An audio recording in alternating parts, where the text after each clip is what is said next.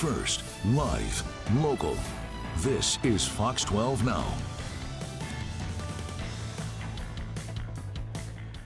Hello, everyone. I'm Greg Nibbler. This is Fox 12 Now. Thanks, everybody, for joining us. As always, appreciate you being a part of the show. We cover a lot of topics here on this show, and today we're talking about how to stay safe. It's kind of a theme that we're going to be covering here today. And starting off, we're going to be talking about a book called Street Smart Safety for Women, and really, we're going to also focus on Halloween coming up and some different ways to stay safe around that. But to do so, we have the authors of this book joining me right now. I've got Laura and Joy, and Laura and Joy, thank you very much for joining us. You know, I'm looking forward to talking about the book and explaining what that is to everybody. But I was thinking to start off, if you wouldn't mind, have you two introduce yourselves and maybe give a little bit of your background.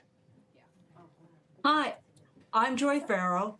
I'm a 28-year veteran of the Broward Sheriff's Office in South Florida. And I moved up to Central Florida some years ago, 28 years on the force. And I'm Laura Frombach. I'm a former technologist and survivor of family violence. So incredible backgrounds there for both of you. And I guess to go into this, you know, talking about the book, which we can see it right there behind you, and for everybody to get even a closer look there, to see right there, Street Smart Safety for Women, your guide to defensive living.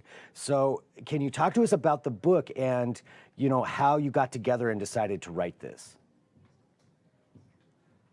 We got together about 15 years ago when I was working and Laura was in the tech field. And I just talked about all of the crimes that I would continually go on time and time again. And I said, I just wish women weren't so abused and they just knew a little more insight. And, you know, maybe that would help them. And we kicked around writing a book some time ago. And we were just so busy at work and we just weren't able to do it until we both decided to retire and get into it.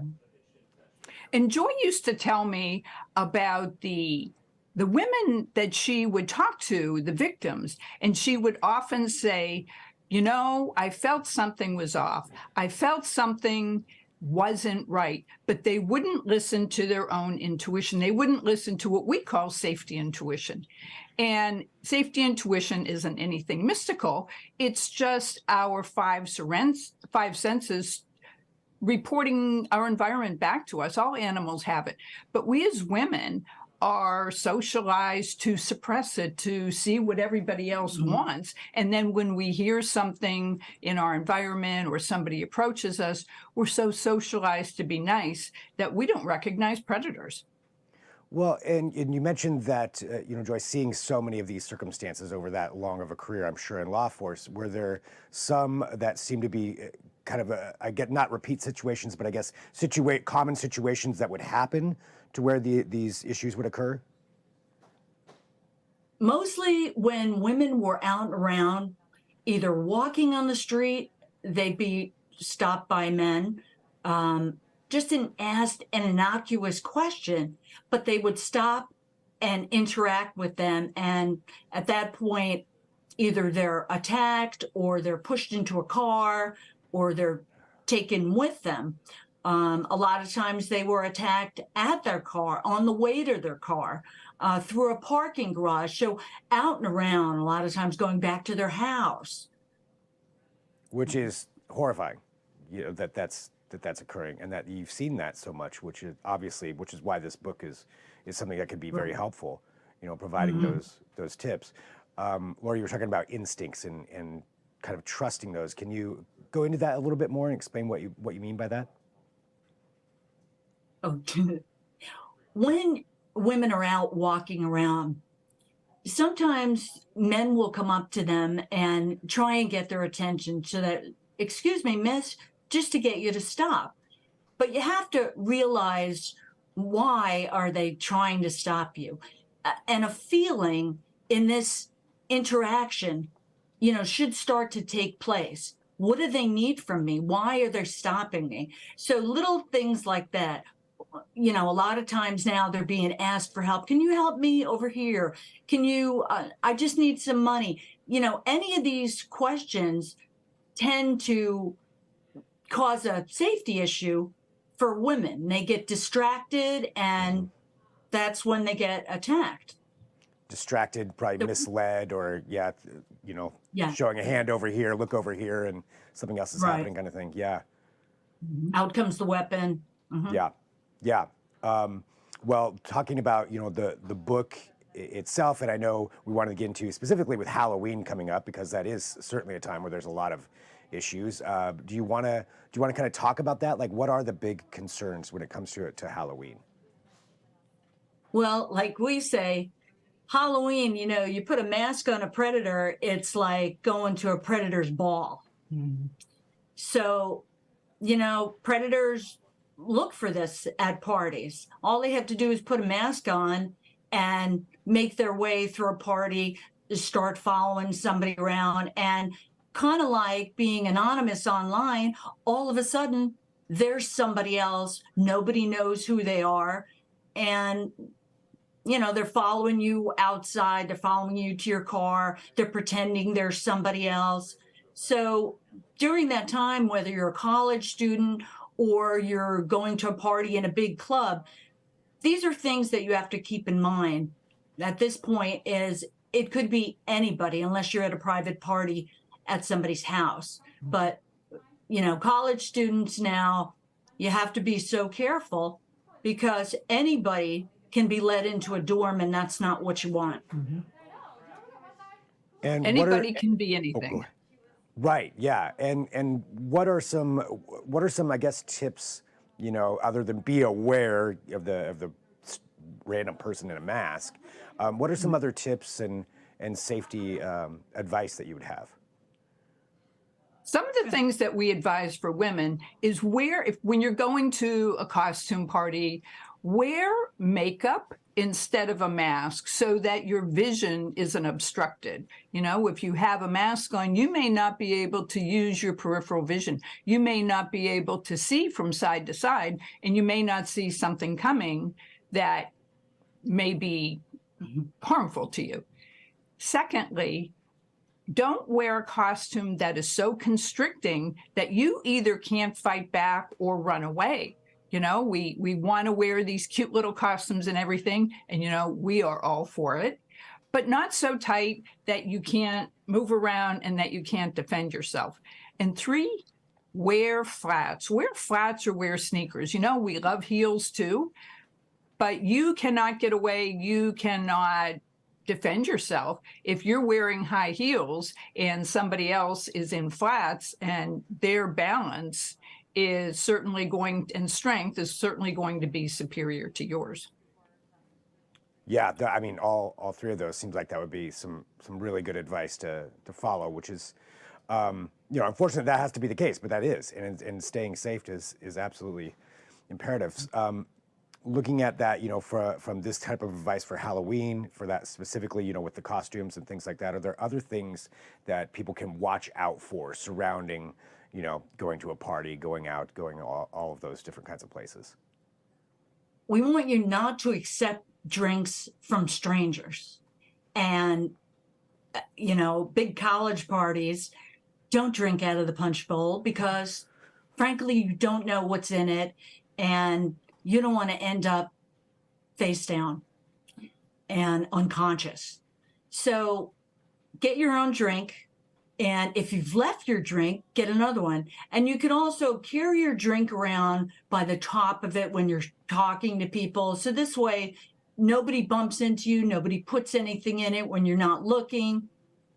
Drugs are just so prevalent now. And this is what's happening now at colleges and out and around. So, that is a major issue, is watch what you drink. You don't want to be overserved.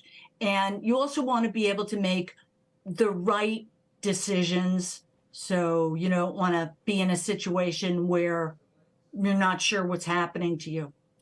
Another thing that we advise women is to go with your besties, go with your friends. It's more fun that way. And that way you can watch each other's back. If there is a predator or there is somebody at the party or the event who wants to take advantage of the situation, you have somebody with you who's got your back, who may be watching your drink. And, you may have a designated sober friend, the same way we have designated drivers. And so these are some of the things that we want women to do, to just think ahead. We are not saying do not go and have fun. We all want to have fun, and Halloween is such a good time. We're just saying that with just a little bit of awareness, you can have fun and be safe. Yeah, accomplish both of those things. We also want you to let your friends know or family, keep in contact with them and let them know, especially if you're in college, that you're going to an off-campus party.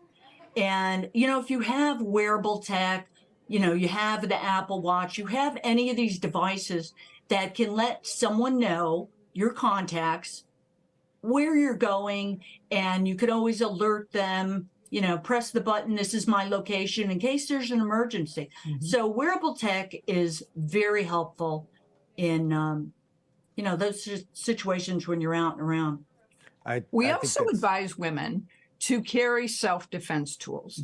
And we advise 3 inexpensive items that can easily be secured on you. The first one is a small handheld flashlight. Now, you wouldn't keep that at the party or, wherever you are. But when you're going back and forth, you're going to your car, you're going to, your dorm, your home, wherever, you can keep this small flashlight, and you can actually just hold the flashlight in somebody's eyes if they try to overcome you. The second is a small, what we call a tactical pen. And it's a pen with a sharp edge on it. It's an actual pen, but you can keep it in your hand to actually defend yourself. And the third is everybody's favorite, pepper spray or pepper gel. And don't just keep it in your purse. Don't just keep it in your pocket. When you're going back and forth to your car or your home or whatever, keep it in your hand. Because when somebody comes to overcome you or attack you, you'll be ready. You're not going to be fumbling and trying to find something when you're panicked or frightened or when you're trying to fight somebody off. And even carrying the pepper spray, if you think it's going to be a big canister, now they have pepper spray that comes in a faux lipstick case. So little small, you could put it in your purse, you could put it in your pocket of your costume. And there's also pepper spray that if you're wearing a costume and you're not carrying a bag, that you can clip it to your outfit. So at least you have something available at hand. And one of our other accessible, one of our other big things is have an exit strategy. Plan how you're going to get out, and should anything happen, take a quick look around and where would you be leaving the place? Maybe you can't go out the front. This is the first time you've been there, and in a rush, in the dark, in a costume, maybe you wouldn't know. So that's kind of the first thing you should do, is plan, how am I going to get out when I want to get out, or if I need to. So plan your exit strategy beforehand when you get there. Before you need one. Right, when you get there. Yeah, it seems like if that's something that if you can figure it out right away, then it's in the back of your mind, you've got that should some kind of situation arise. Take a look around when you get there. Yeah, and being aware of the surroundings. Well, I mean, this is all great advice, and I want to talk about the book as well, to make sure people know about that. And I know we brought it up at the beginning, but I want to remind everybody. So tell us just a little bit more about this, what people can find in here, and how they can go ahead and get it. You can get it at anywhere books are sold right now. And what it is we are trying to modernize women's safety. So we have a variety of survival tips, safety ideas, dating tips, dating red flags. We touch on domestic violence, red flags, what to do if you're in a situation. And how to avoid domestic violence, dating patterns before you even get into a relationship, because domestic violence and domestic abuse is a pattern. And what we're hoping to educate and make women aware of is these patterns, before they get into a relationship so that they know what to look for and are able to break it off early.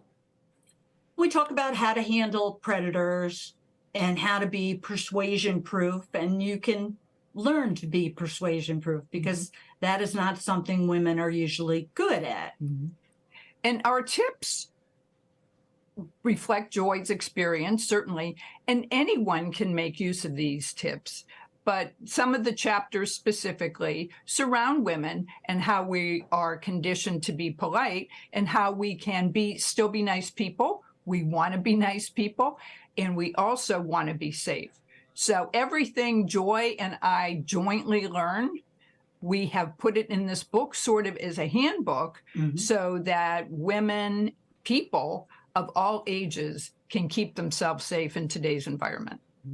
Well, it sounds like there's a lot of advice, just even what you just listed off there. So covering so many different topics on things. And congratulations on getting this book out just on the book side of things. I know that that's a lot of work to put together a book and get it out there, but also what you're doing and helping people out with that. And, you know, Joy and Laura, I want to say thank you very much for joining me here today on Fox 12 Now and getting the word out about this, providing this advice, and letting people know about your book. And yeah, thanks for being here with us.